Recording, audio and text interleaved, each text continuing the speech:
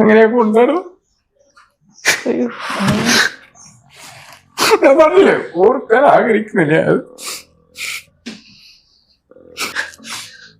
അവർക്കറിയാം എന്നെ എന്തെങ്കിലും തെറ്റാണെങ്കിൽ ഞാനൊന്നും എന്നിട്ട് വരെ മാപ്പുറത്ത് പോയിനി. ഇല്ല ഞാൻ അടുത്തൊന്നും പറഞ്ഞിട്ട് നെഗറ്റീവ് പറയാൻ ഒന്നും പറയാം. കുറെ കോൺട്രവേഴ്സീസ് ആണെങ്കിലും അല്ലെങ്കിൽ കുറെ നെഗറ്റീവ് സ്പ്രെഡ് ആവുന്നുണ്ടല്ലോ. ഇപ്പൊ മോനെ കാണിക്കുന്നില്ല, അങ്ങോട്ട് പോയി കഴിഞ്ഞാൽ പ്രശ്നം ഉണ്ടാവുന്ന ഫാമിലി പറഞ്ഞിട്ടുണ്ട്. എന്തുകൊണ്ടാണ് ഇങ്ങനെ അത്രയും ഒരു ഇതായിട്ട് നിൽക്കുന്നത്? പ്രശ്നം മോനെ പോലും കാണിക്കാൻ അവർ സമ്മതിക്കാൻ. അതാണ് നമുക്കും അറിയാത്തത്. കാരണം വെച്ചിട്ടുണ്ടെങ്കിൽ ഇപ്പൊ നോർമലി ഒരാളാകുമ്പോൾ ഇങ്ങനെ കുഞ്ഞിന്റെ വിഷയം ഉണ്ടെങ്കിൽ നമുക്ക് രണ്ടുപേർക്കും കാണാം. നമ്മളോട് പറഞ്ഞത് സ്റ്റാർട്ടിങ് പറഞ്ഞത് എന്താ പറയാ, അതില് വീഡിയോ ഇട്ടിട്ടുണ്ട് ഈ ചാനലിൽ തന്നെ മുന്നേ പറഞ്ഞിട്ടുണ്ടായിരുന്നു. ഒരു പിടി കാണിക്കും, ഒന്നിക്കൽ രണ്ടാളും ഒരു ഒരാഴ്ച ആടെ ഒരാഴ്ച ഇവിടെ അങ്ങനെങ്കിലും ഒരു ഇത് വെക്കാം. ഫസ്റ്റ് അല്ലെങ്കിൽ സംസാരിക്കാനോട് എന്താ അവരുടെ പ്രശ്നം, അല്ലെങ്കിൽ അവരെന്തുകൊണ്ടാണ് ഇങ്ങനെ പെട്ടെന്ന് മാറിയത് എന്നോട് ചോദിക്കുക. അല്ലെങ്കിൽ ഞാൻ അങ്ങോട്ട് വിളിച്ചു കഴിഞ്ഞാൽ ഫോൺ എടുക്കുക, ഒന്നും പറയാൻ. ഞാൻ ഏത് സ്റ്റേജിൽ നിന്ന് അവർ ഫസ്റ്റ് അറിഞ്ഞിട്ടില്ല. കുറെ കാലം ഞാൻ ഏത് സ്റ്റേജിലാണെന്നത് അവർ മനസ്സിലാക്കിയിട്ടില്ല. പിന്നെന്താ പറയാ, ഇങ്ങനെ ഓക്കും വന്നത് അവരെ കാര്യങ്ങളിൽ മനസ്സിലാക്കിക്കൊണ്ട് അവരെ കാര്യത്തിൽ വലിയ താല്പര്യം. എന്റെ അടുത്തും കാണാൻ വരണ്ടാന്ന് പറഞ്ഞു. ഞാൻ പറഞ്ഞു കുഞ്ഞിനെ കാണാൻ ആഗ്രഹം ഉണ്ടെന്ന് പറഞ്ഞപ്പോ ആരും കുഞ്ഞിന്റെ പേരും പറഞ്ഞ് വരണ്ട. എന്നെയും പണ്ട് പറഞ്ഞത് നീ നമ്മളെ മരുമോനല്ല, നീ മോനാണ്, നമ്മളെ മോനാണ്. ഇന്ന് അങ്ങനെ പല ആളെയും പറയുന്നു. ഞാൻ പിന്നെ ആ കഥയെല്ലാം വിട്ട്, എല്ലാം മാറ്റർ വിട്ട്. പിന്നെ എങ്ങനെ എത്തിയെന്നറിയില്ല. ഞാൻ സത്യം പറഞ്ഞാൽ ഓർക്കാൻ ആഗ്രഹിക്കുന്നില്ല. ഭയങ്കര ഫീൽ നിനക്ക്. അവർക്കറിയാം എന്നെ എന്തെങ്കിലും തെറ്റാണെങ്കിൽ ഞാനൊന്നും എന്നിട്ട് വരെ മാപ്പുറത്ത് പോയിനി. ഇല്ല ഞാൻ അടുത്തൊന്നും പറഞ്ഞില്ല. നെഗറ്റീവ് പറയാൻ ഒന്നും പറയാന്നില്ല. എന്ത് തെറ്റുണ്ടാലും ഞാൻ ഉണ്ടാണ്ട്. ഇപ്പൊ ഏതെങ്കിലും ഒരു യഥാർത്ഥ വൈഫാണ് ഹസ്ബൻഡ്, ഏതൊരു ബോയ്സ് ആണെങ്കിലും ഒരു ബോയ്സ് ഒരു ഓനക്കൊരു ലവർ ഉണ്ടെങ്കിൽ അല്ലെങ്കിൽ വൈഫ് ആയിക്കോട്ടെ, എങ്ങനെയാണ് അവന്റെ വൈഫ് മറ്റൊരു ബോയ്സിനോട് അറ്റാച്ച്മെന്റ് കാണിക്കുമ്പോൾ എന്താ ദേഷ്യം വരും. ഏകദേശം പബ്ലിക് ഞാൻ പറയും നമുക്ക് എത്ര ലൈക്കാന്നില്ല, ഞങ്ങനെ അവനോട് ഇതാക്കണ്ട. നമുക്ക് ആ ഒരു ഈഗോ ഉണ്ട്. ഐ മീൻ അങ്ങനെ അധികം ഒരു സംസാരിക്കുക ഫ്രണ്ട്സും ഒക്കെ. പക്ഷെ ഒരാളോട് പെട്ടെന്ന് ഓൺ അറ്റാച്ച്മെന്റ് കാണുമ്പോഴും ഭയങ്കര തെളിവായിട്ട് ഓരോ സംഭവം വരുമ്പോൾ ഡൗട്ട് ഉള്ള സാധനം കൊടുക്കില്ല. അങ്ങനെ കാണുമ്പോൾ എനിക്ക് നമ്മളില്ല എന്റെ ഫാമിലിയോട് ഒരു കാര്യമായിട്ടൊരു പറ്റാ. അതുകൊണ്ടാണ് ഇന്നും അവർ പറഞ്ഞു നീ അന്നെന്ത് പറയുന്നത്, അന്ന് ഒഴിവാക്കാൻ എനിക്ക് ഇന്ന് ഈ പ്രശ്നം ഉണ്ടായി. പക്ഷെ എനിക്ക് ഒഴിവാക്കണം മനസ്സിലായില്ല. എന്നിട്ട് ഓളെ ഫാമിലിക്കാരൻ നീ കാല് പിടിച്ചിട്ടുണ്ട്. ഇനി ഇതുണ്ടാവും ഓളെ ഫാമിലി അത്ര കണ്ടു, നീ പോല ഇതാക്കണ്ട. എന്നിട്ട് ഞാൻ ഒരു സ്ഥലത്ത് ഞാൻ ഇതാക്കിയില്ല. എന്നിട്ട് പിന്നെയും ഒരു കോണ്ടാക്ട് ഉണ്ട് എന്ന് പറയുമ്പോ ഭയങ്കര ഓർ വന്ന അതിന് പിന്നാന്നോളി സംഭവം ഇങ്ങനെ ചെയ്യണം. അവിടെ വന്ന് മീറ്റ് ആക്കുന്ന. പക്ഷെ എന്നോട് എല്ലാം പറഞ്ഞു. അന്ന് നല്ല വിഷമം ഉണ്ടായിന്, ഒരു സംസാരം ഉണ്ടായി അതിനെ പറ്റി. എന്നിട്ട് മാപ്പ് ഒന്ന് എനിക്ക് ഓക്കെ ആവാൻ കുറച്ച് ടൈം എടുത്തി. അതുവരെ ഞാൻ ആടുത്ത് മുണ്ടിയിട്ടില്ല. അവിടെ സംസാരിക്കാൻ പിടിക്കാൻ ഞാൻ പോയിട്ടില്ല. പിന്നെ അവരെന്നെ അറിഞ്ഞിട്ടും ഇങ്ങനെ ഒരു കോണ്ടാക്ട് ഒരാൾ ഉണ്ടായിനി. ഓനായിരിക്കും ഓന് കുറെ കാലം ചെക്കന് നമ്മള് ഫോളോ ചെയ്ത് ബ്ലാക്ക്മെയിൽ ചെയ്യാൻ വേണ്ടിട്ട് കുറെ വന്നിനി.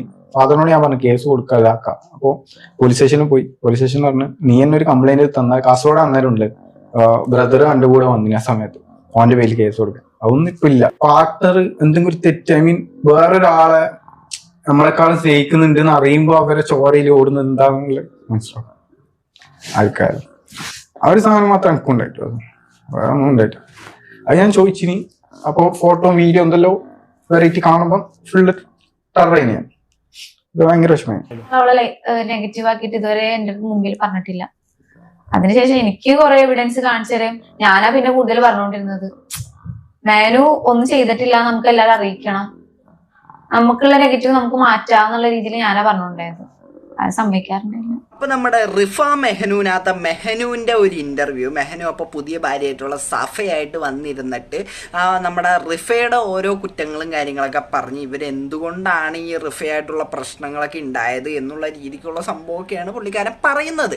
ഈ പുള്ളി പറയുന്നത് ഈ പുള്ളി അതിൻ്റെ ഇടയ്ക്ക് പറയുന്നുണ്ട്, അതായത് എനിക്ക് എവിടെയും ഈ റിഫയുടെ വിഷയങ്ങൾ പിന്നെയും കുത്തിപ്പൊക്കിക്കൊണ്ട് വന്നോന്ന് ആഗ്രഹമില്ല എന്ന് ഇവർ പറയുന്നുണ്ട്.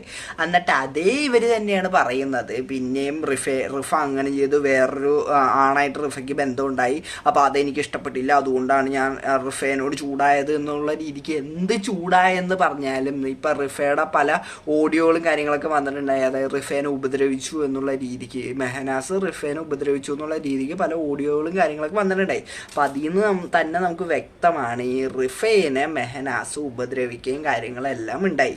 അപ്പം എന്തിൻ്റെ പേരിലാണെങ്കിലും ഒരാൾ ഉപദ്രവിക്കാനായിട്ട് ആർക്കും അധികാരം അധികാരമില്ല. അപ്പം അങ്ങനെ ഉപദ്രവിച്ച് കഴിഞ്ഞിട്ട് അല്ല നിങ്ങൾക്ക് അത്രയ്ക്കും വിഷയമാർന്ന് ഈ റിഫേനെ കൊണ്ടെങ്കിൽ നിങ്ങൾക്ക് നിയമപരമായിട്ട് തന്നെ നമ്മുടെ ബന്ധം പിരിഞ്ഞ് നിങ്ങൾക്ക് നിങ്ങളുടെ വഴി റിഫയുടെ വഴിയായിട്ട് പോയാൽ പോരായിരുന്നു. നിങ്ങൾ പിന്നെ റിഫേനെ നിങ്ങളുടെ ലൈഫിനകത്തിട്ട് ഇപ്പം റിഫ എന്ത് സംഭവിച്ചതാണെന്ന് ഇപ്പോഴും അറിയാത്തൊരവസ്ഥയിനകത്ത് തന്നെയാണ് നിൽക്കുന്നത്. റിഫ എന്താണ് ചെയ്തത്, റിഫയ്ക്ക് എന്താണ് ശരിക്കും പറ്റിയതെന്നുള്ളതൊക്കെ ഇപ്പോഴും ഒരു ചുരുളഴിയാത്ത രഹസ്യം തന്നെയായിട്ടാണ് ഇരിക്കുന്നത്. നമുക്ക് ഒരിക്കലും തള്ളിക്കളയാൻ പറ്റാത്തൊരു കാര്യമാണ് ഈ മെഹനാസിന് അതിനകത്തുള്ള പങ്കുകൾ എന്തൊക്കെയാണ്. ഇപ്പം മെഹനാസ് ഇവിടെ വന്നിട്ടിരുന്ന് കരഞ്ഞു വിളിച്ചിട്ടൊക്കെ ഇൻ്റർവ്യൂവിനകത്ത് കിടന്ന് ഇതാവുന്നുണ്ട്. അതൊക്കെ നല്ല പക്ക ആക്ടിങ് ആയിട്ട് മാത്രമേ എനിക്ക് തോന്നുന്നുള്ളൂ. അതിനകത്തൊക്കെ എന്തെങ്കിലും ജെന്യൂനിറ്റി ഉണ്ടെന്നോ കാര്യങ്ങളൊന്നും എനിക്ക് തോന്നുന്നില്ല. കാര്യം മെഹനാസും ആ സഫയും കൂടെ വന്നിട്ട് ഇരുന്ന് ഈ റിഫയുടെ കുറ്റങ്ങൾ ഇങ്ങനെ ഇരുന്ന് പറഞ്ഞുകൊണ്ടിരിക്കണേ. ഇവരെന്തോ ഭയങ്കര നല്ല ആൾക്കാർ. ഇപ്പം റിഫയുടെ സൈഡ് കേൾക്കാൻ നമുക്ക് പറ്റാത്തൊരവസ്ഥയിനകത്താണല്ലോ നമ്മൾ ഇരിക്കുന്നത്. അപ്പം അതുകൊണ്ട് തന്നെ മെഹനാസ് എന്ത് പറഞ്ഞാലും അത് വിശ്വസിക്കണം എന്നൊന്നുമില്ല. അതുകൊണ്ട് തന്നെ ഈ മെഹനാസ് ഇപ്പം ഈ കാണിക്കുന്ന ഈ ഒരു ആക്ടിങ് ഫുള്ള് ആരും വിശ്വസിച്ചിട്ടുണ്ടെന്ന് എനിക്ക് തോന്നുന്നുള്ളൂ. ഇത്തിരിയെങ്കിലും ബോധമുള്ള ആൾക്കാർക്ക് അറിയാം. കാണുന്നവർ പൊട്ടന്മാരല്ല, അതാണ് അതിൻ്റെ ഒരു ലോജിക്ക് എന്ന് പറഞ്ഞു കഴിഞ്ഞാൽ. അപ്പോൾ എനിക്ക് അത്രയാണ് ഇതിനകത്ത് പറയാനുള്ളത്. മെഹനാസിൻ്റെ ഇനിയും വരും കാലങ്ങളിൽ നല്ല നാച്ചുറലായിട്ട് ഇത്രയും കൂടെ പുള്ളിക്കാരൻ്റെ ആക്ടിങ് ഒക്കെ ചിലപ്പോൾ ഇമ്പ്രൂവ് ചെയ്യാതിരിക്കാം. എന്താണെങ്കിലും ഇനി ഇതിനകത്തൊക്കെ എത്രത്തോളം സത്യാവസ്ഥ എനിക്കത് കണ്ടിട്ട് ഒരു ആക്ടിങ് പോലെയായിട്ടാണ് എനിക്ക് തോന്നുന്നത്. എനിക്ക് എൻ്റെ കാര്യമേ പറയാൻ പറ്റുള്ളൂ, വേറെ ആരെയും കാര്യം എനിക്ക് പറയാൻ പറ്റില്ല. അപ്പോൾ ഈ ഒരു ഇതിനകത്ത് ഈ റിഫയുടെ കേസ് അത് കുറച്ച് നാളുകളായിട്ട് അത് ഇങ്ങനെ തന്നെ നിൽക്കണതാണ്. അതിന് എന്തെങ്കിലും ഒരു തെളിയലും കാര്യങ്ങളൊക്കെ ഉണ്ടായാലാണ് ഇപ്പം മെഹനാസിന് അതിന് വല്ല പങ്കുണ്ടോ ഇല്ലെങ്കിൽ മെഹനാസ് നിരപരാധിയാണോ ഇതൊക്കെ നമുക്ക് അറിയാൻ പറ്റുള്ളൂ. അപ്പോൾ അതൊക്കെ അറിഞ്ഞു കഴിഞ്ഞാലാണ് നമുക്ക് ഇതിനകത്തൊരു കൺക്ലൂഷനായിട്ട് നമുക്ക് എന്തെങ്കിലുമൊക്കെ പറയാൻ പറ്റുള്ളൂ. ഇപ്പം ഈ സഫേനെയും വിളിച്ചിട്ട് വന്ന് ഇരുത്തിയിട്ട് പുതിയ ഭാര്യനെയും വിളിച്ചിട്ട് വന്ന് പഴയ ഭാര്യയുടെ കുറ്റം പറയാമെന്ന് പറഞ്ഞത് വൻ ചീപ്പായിട്ടുള്ള കാര്യം മാത്രമായിട്ടാണ് എനിക്ക് തോന്നിയിരിക്കുന്നത്. ഇപ്പം മെഹനാസിൻ്റെ വ്ളോഗും കാര്യങ്ങളൊക്കെ ആയിട്ട് പോകുമ്പോഴത്തേക്ക് അതിന് കിട്ടുന്ന റീച്ച് എന്താണെന്ന് നമുക്കറിയാം. എന്നാൽ പുള്ളി സഫയും പോട്ടെ നമ്മുടെ റിഫയുടെ വിഷയം വല്ലതും പറയുമ്പോഴത്തേക്കും അതിന് കിട്ടുന്ന റീച്ചും രണ്ടാണ്. ഓക്കെ, അപ്പം ആ ഒരു റീച്ച് മുതലെടുക്കണേണ് ഇവിടെ നമ്മുടെ മെഹനാസ് ചെയ്തുകൊണ്ടിരിക്കുന്നത്, അല്ലാണ്ട് വേറെ ഒന്നുമായിട്ട് എനിക്ക് കണ്ടിട്ട് തോന്നുന്നില്ല. പിന്നെ മെഹനാസ് പറഞ്ഞൊരു കേസുണ്ട്, അതായത് മെഹനാസിനെ കാണിക്കാനായിട്ട് സമ്മതിക്കുന്നില്ല എന്ന് നമ്മുടെ റിഫയുടെ വീട്ടുകാർ പറഞ്ഞു എന്നുള്ളൊരു സംഭവം. അപ്പം അതിനെ പറ്റിയിട്ട് എനിക്ക് പറയാനുള്ളതെന്ന് പറഞ്ഞാൽ ഈ റിഫയുടെ വീട്ടുകാരെ സംബന്ധിച്ചിടത്തോളം ഈ മെഹനാസ് എന്ന് പറയുന്നത് ആദ്യം മകനായിരുന്നു എന്നൊക്കെ മെഹനാസ് തന്നെ പറയുന്നുണ്ട്. പക്ഷെ ഇപ്പം മെഹനാസിനെ തിരിഞ്ഞു നോക്കാത്തൊരവസ്ഥയിനകത്താണുള്ളതെന്നും പറയുന്നുണ്ട്. അപ്പം അങ്ങനെയൊക്കെ വന്നിട്ടുണ്ടെങ്കിൽ അത് മെഹനാസിൻ്റെ കയ്യിലിരിപ്പുകൊണ്ടായിരിക്കും. അവർക്ക് മുന്നേ മെഹനാസിൻ്റെ മകനായിട്ട് തോന്നിയിട്ടുണ്ടെങ്കിൽ അന്ന് മെഹനാസിൻ്റെ സ്വഭാവം എന്താണെന്നോ കാര്യങ്ങളൊന്നും അവർക്ക് മനസ്സിലായിട്ടുണ്ടാവില്ല. പക്ഷെ ഇപ്പം അവർക്ക് ചിലപ്പോൾ മനസ്സിലായിട്ടുണ്ടാവും എന്താണ് മെഹനാസ്, എന്തൊക്കെയാണ് അവരുടെ മകളായിട്ടുള്ള റിഫേനോട് മെഹനാസ് ചെയ്തത് എന്നൊക്കെ അവർക്ക് ഇപ്പം മനസ്സിലായിട്ടുണ്ടാവാം. അതേപോലെ തന്നെ അവരുടെ കണ്ണിനകത്ത് മെഹനാസ് എന്ന് പറഞ്ഞു കഴിഞ്ഞാൽ അവരുടെ മകളെ ഉപദ്രവിച്ച ഒരാളാണ്. അപ്പം അങ്ങനെയുള്ള ഒരാളുടെ കൂടെ അവർ എന്ത് വിശ്വസിച്ചിട്ട് അവരുടെ മകളുടെ കൊച്ചിനെ വിടുന്നത്. അപ്പം ആ ഒരു സംഭവം മെഹനാസ് മനസ്സിലാക്കിയിട്ട് വേണം മെഹനാസ് ഇവിടെ വന്നിരുന്ന് സെൻറ്റിമെൻറ്റ്സും കാര്യങ്ങളൊക്കെ അടിക്കാൻ. അപ്പം മെഹനാസ് തന്നെ ഒന്ന് ചിന്തിക്കണം, മെഹനാസ് എന്തൊക്കെയാണ് റിഫേനോട് ചെയ്തത്, അപ്പം മെഹനാസിന് എന്തൊക്കെയാണ് അതിനകത്ത് പങ്കുകളുള്ളത്. ഇതെല്ലാം മെഹനാസും അന്വേഷിക്കാം, മെഹനാസും ചിന്തിക്കണം. പിന്നെ അതേപോലെ തന്നെ പോലീസും എത്രയും പെട്ടെന്ന് തന്നെ ഇതിന് എന്തെങ്കിലും ഒരു നടപടിയും കാര്യങ്ങളൊക്കെ ഉണ്ടാക്കി കഴിഞ്ഞാലാണ് നമുക്ക് ഇതിനൊരു വ്യക്തതയായിട്ടൊരു കാര്യം പറയാൻ പറ്റുള്ളൂ. അപ്പോൾ എനിക്ക് അത്രയാണ് ഇതിനകത്ത് പറയാനുള്ളൂ. അപ്പോൾ എന്താണ് ഇതിനെപ്പറ്റി നിങ്ങൾക്ക് പറയാനുള്ളത് ഈ വീഡിയോയുടെ കമൻറ്റ് വീഡിയോ ഇഷ്ടപ്പെട്ട എല്ലാം സബ്സ്ക്രൈബ് ചെയ്യുക. അപ്പോൾ എല്ലാവർക്കും അടുത്തൊരു വീഡിയോ കാണുന്നതായിരിക്കും. Tata, bye, see U.